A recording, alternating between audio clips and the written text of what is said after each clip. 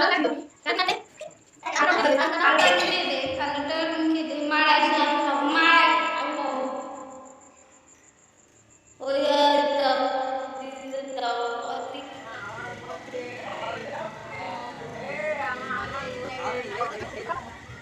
Hi guys, তো দেখায় তোমাদের আমার মানুর বার্থডে। দেখো এখানে সাজুগুজু চলছে, কারণ মেলায় যাওয়া হবে।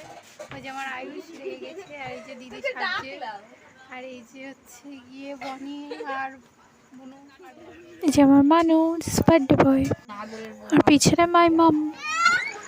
তো এই যে আমার মনু আমার দিদির ছেলে। তো এখন ওর পাশে বসে ওর সাথে আশীর্বাদ করা হবে, আর পায়েসও খাওয়ানো হবে, কারণ এটা প্রত্যেক বছরই করা হয়। ও খুব ছোট ছিল তো, তার জন্য আর কি ওর সঙ্গে বসিয়ে করানো হয় এটা। আর ওর জন্মদিনেও সেম তাই করা হয়, আমার ভাইকেও ওর পাশে বসানো হয়। তো এইভাবেই ওদের দুজনের জন্মদিন হয় আর কি। তো আমার দিদি এখন আশীর্বাদ করছে, একে একে সবাই আশীর্বাদ করবে সামথিং। আমার হচ্ছে কোনো একটা অসুবিধা ছিল বলে ওই জন্য আশীর্বাদ করতে পারিনি, আর আমার বন্টন করিনি, মানে দেরি হয়ে যাচ্ছিলো মেলায় যাবো আর কি। তাই আমাদের এখানে বাসন্তী পুজোর মেলা আছে, তো সেখানটায় যেতে হবে। তো তাই মেলাতে যাব, আমার মাসির ছেলে এসছে, তার সাথে যাব। এবার সবাই মিলে মেলায় যাব, তো তার জন্য তো মানে আর কি। তারপরে পায়েস খাওয়ানো হচ্ছে, এখন মা শঙ্খ টঙ্ক বাজাচ্ছে, বন্টন সব গোছাচ্ছে। তারপরে এখন বড়দির দেওয়া হয়ে গেলে বাবা দেবে, মা দেবে, আশীর্বাদ করবে, পায়েস খাওয়াবে, তারপরে মাটা গোছাবে, গুছিয়ে তারপরে দিন যাওয়া হবে। আর আমার মাসিরা সে অবশ্যই মানে পরের দিন এসেছিলো, পরের দিনও গেছিলাম মেলায় মাসির সাথে। আজকে মাটা যাবে, আমরা যাব, সবাই মিলে যাবো মেলায়।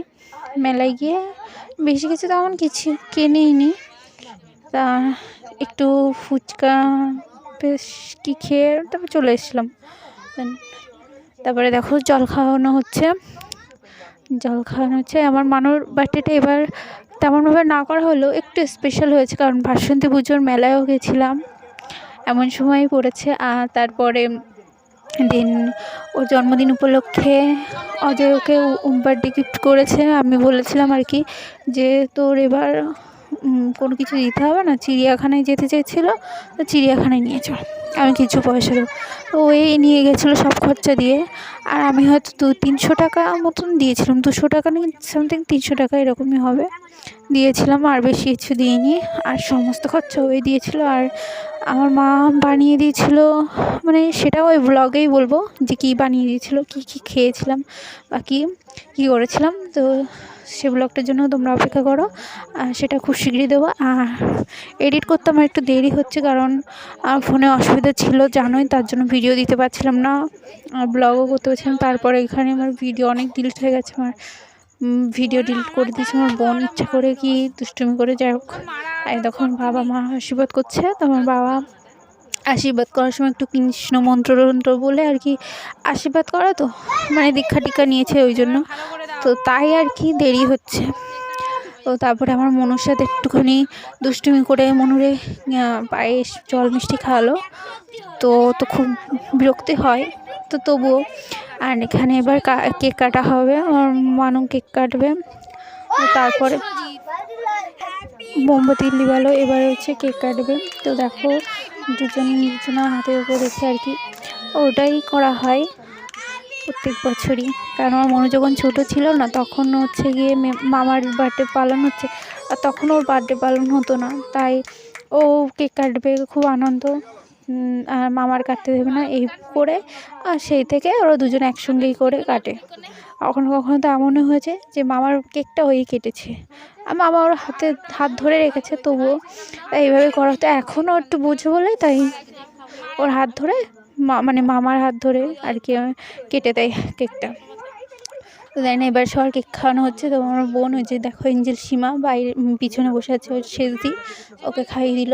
তারপরে এবার আমার দাদার মেয়েরা আছে আর কি, পিসির ছেলের মেয়েরা, তারপর ওর বন্ধুরা, আর ওই যে পাশে যে দুষ্টুকে দেখছো ওই ছেলেটা, বাচ্চা ছেলেটা আমাদের পাড়ার ছেলে, তো ওকে আমার মনে সহ্য করতে পারে না, মারপিট করে খুব, তাই তারপর ওদের দিন কেক আর পায়েস খাইয়ে দিয়ে একটু মানে হাতে করে দিয়ে, এবার তো তেমন করা হয়নি তাই ওইটুকুই দিয়ে ওদের দেওয়া হলো। তারপরে দিন মেলায় যাবো আর কি।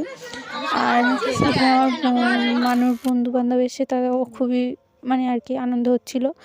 তারপরে তাড়াতাড়ি করে মেলায় চলে আসলাম। তো দেখতে পাচ্ছি এই যে, আর মেলা দেখো খুব সুন্দর করে প্যান্ডেলটা করেছে। এটা কিসের প্যান্ডেল তো জানি না, সামথিং এটা বাইরের গেটটা দেখো খুব সুন্দর হয়েছে। তো আমার খুব ভালোই লেগেছে প্যান্ডেলটা, বাসন্তী পুজোর প্যান্ডেল। আর এই যে ঝুলন্ত নাগরদোলা মানে ওই কারেন্টের আর কি পৌর নাগরদোলাটা। তো তারপরে হচ্ছে গিয়ে ভিতরটা তোমাদের চলো দেখায়। তো ভিতরটা দেখো, তো খুবই সুন্দরভাবে সাজিয়েছে।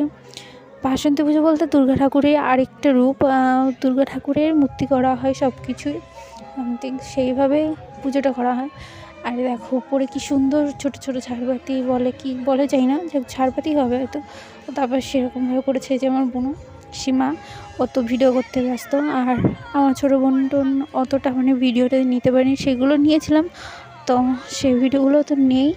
আমার দিদি একটু ঢঙ্গঢঙ্গ করছিলো, সেই ভিডিওটা আছে, আর ভিডিও সামথিং নেই কারণ ডিলিট হয়ে গেছে। আর তারপরে মাটা হচ্ছে কি আমরা প্যান্ডেলে ওখানে ভিডিও করছিলাম, মাটা গেছিলো।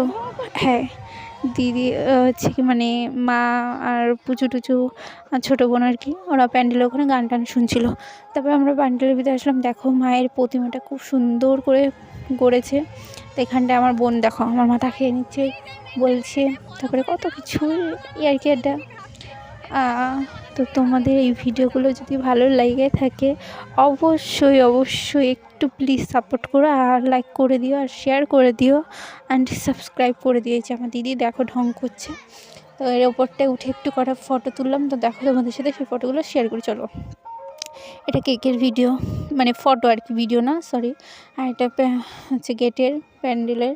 তারপরে এই যে আমি একটুখানি ফটো তুললাম, আমার বোন ছোটো বোন সবাই মিলে তুললাম। সেই সবাই মিলে তোলা ফটোটা নেই। এই যে আমার ভাই মনু, এই যে আমার ছোটো বোন আর সেজে বোন, তারপর আমার দিদি আর দাদার মেয়েরা। তারপর আমার মনু একটু রাগু করেছিল তাই ওখানে ওইভাবে ফটো তুলেছিলাম। তারপরের দিন এই যে মাসিটা গিয়েছিলাম সেই ফটোগুলো, সেই ভিডিওটা খুব শীঘ্রই